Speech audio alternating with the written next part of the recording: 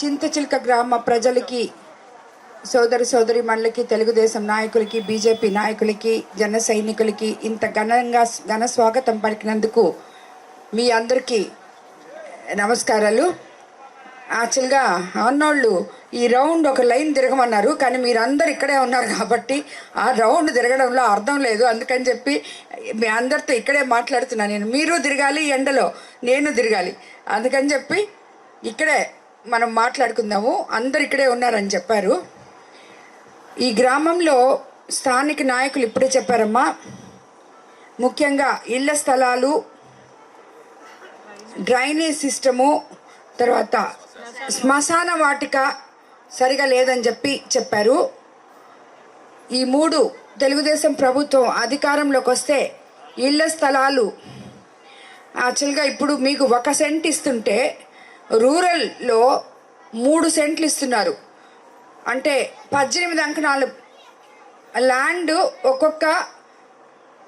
ఒక్కొక్కరికి ఇవ్వబోతున్నారు రాబోయే రోజుల్లో ఇళ్ల స్థలం ప్లాట్గా. అదేవిధంగా నాణ్యమైన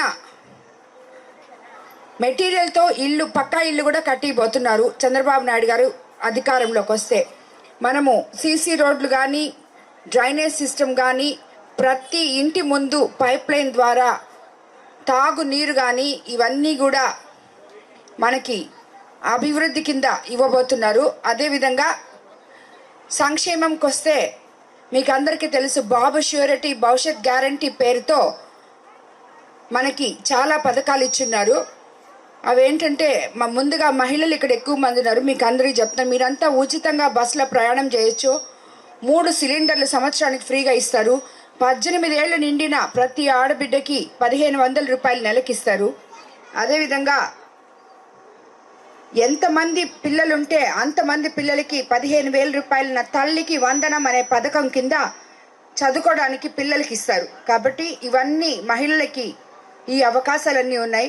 అదేవిధంగా అవ్వాతాతలకి ఇప్పుడు 3,000 పెన్షన్, అది కూడా గత 5 సంవత్సరాల ముందు 2,000తో స్టార్ట్ చేసి 5 సంవత్సరాలు కంప్లీట్ అయ్యేటప్పుడు మీకు 3,000 అయింది. కానీ చంద్రబాబు నాయుడు గారు అధికారంలోకి వస్తే అవ్వాతాతలకి జూన్ నెల నుంచే 4,000 పెన్షన్ రాబోతుంది. అదేవిధంగా వికలాంగులకి 6,000 రాబోతుంది. ఈ పెన్షన్లని ఇంతకు ముందు అయితే వాలంటీర్లు ఇస్తున్నారు, ఇప్పుడు ఇస్తారో ఇవ్వరో అని చెప్పి ఇంటికి తెచ్చిస్తుండే వాళ్ళు. ఇప్పుడు తిరిగి మనం పోవాలి అనే ఆలోచన మానేయండి. ఎందుకంటే చంద్రబాబు నాయుడు గారు ఏ మంచి పని అయినా దాన్ని మధ్యలో ఆపేరు, కొనసాగిస్తారు. ఇది మంచిదే కాబట్టి వాలంటరీ వ్యవస్థని కొనసాగించబోతున్నారు. అదేవిధంగా వాళ్ళకి ఇచ్చే 5,000 జీతం కాకుండా మరో 5,000 పెంచి 10,000గా ఇచ్చి వాళ్ళ చేత మీకు అందరికీ ఇంకా మెరుగైన సేవలు అందించేలాగా కృషి చేస్తున్నారు. కాబట్టి మీరందరూ ఆలోచించుకోండి ఓటు వేసేటప్పుడు. అదేవిధంగా ఇక్కడ చాలామంది యువకులు ఉన్నారు, మీకు అందరికీ తెలుసు అనుకుంటాను. చంద్రబాబు నాయుడు గారు తన తొలి సంతకం మెగా డిఎస్సీ మీద పెట్టబోతున్నారు. 20 లక్షల జాబ్స్ ఇవ్వబోతున్నారు. నిరుద్యోగ భృతి కింద నెలకి 3,000 ఇవ్వబోతున్నారు. అదేవిధంగా రైతులకి పెట్టుబడి కింద 20,000 ఇవ్వబోతున్నారు. ఇసుక ఉచితంగా ఇస్తారు. ఇలాగా చాలా పథకాలు. అన్న క్యాంటీన్లు మీరందరూ వినే ఉంటారు, అవి తిరిగి తెరవబోతున్నారు పేద ప్రజలకు అందరికీ. కాబట్టి ఇవన్నీ గుర్తుపెట్టుకొని మనము తెలుగుదేశం ప్రభుత్వం అధికారంలోకి తెచ్చుకోవాలి. మీకు అందరికీ తెలుసు, నేను ఉమ్మడి ఎన్డీఏ ఎమ్మెల్యే అభ్యర్థిగా కోవూరు నియోజకవర్గం నుంచి చంద్రబాబు నాయుడు గారి ఆశీస్సులతో మీ ఆడపడుచుగా మీ ముందుకు వచ్చాను. మీరందరూ నన్ను ఆశీర్వదించాలని చెప్పి మిమ్మల్ని అందరినీ ప్రార్థిస్తున్నాను, సైకిల్ గుర్తు మీద ఓటు వేసి. అదేవిధంగా వేమిరెడ్డి ప్రభాకర్ రెడ్డి గారు ఎంపీగా నెల్లూరు నుంచి పోటీ చేస్తున్నారు.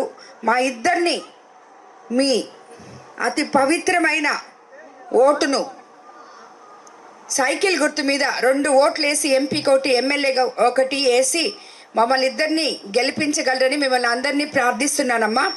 గురించి చెప్పారు, డ్రైనేజ్ సిస్టమ్ గురించి చెప్పారు, ఇళ్ళ గురించి చెప్పారు. ఇవన్నీ తప్పకుండా చేస్తాను. నేను ఎన్నికల కోసం వచ్చి 5 సంవత్సరాల తర్వాత మళ్ళీ తిరిగి కనపడే నాయకురాలని కాదు. నేను మీలో ఒకదాన్నై, మీ కుటుంబ సభ్యురాలనై, మీకేం కావాలో కనుక్కొని మీ సమస్యలు తీర్చే మీ సేవకురాలను నేను. కాబట్టి సేవ చేయడం కోసమే నేను ప్రత్యక్ష రాజకీయాల్లోకి వచ్చాను.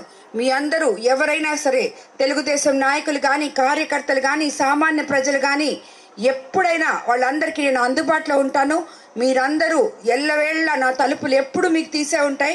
మీకు ఏ సమస్య ఉన్నా మీరు నేరుగా నా దగ్గర రావచ్చు, చెప్పుకోవచ్చు. ఆ సమస్యని తప్పకుండా తీరుస్తానని మీకు అందరికీ మాట ఇస్తున్నాను. అందరి నాయకుల్లాగా వచ్చి మీకు అబద్ధాలు చెప్పేసి వెళ్ళిపోవాలా, ఓటు వేయించుకొని అని అనుకుంటే నేను అసలు రాజకీయాల్లోకే వచ్చుండేదాన్ని కాదు.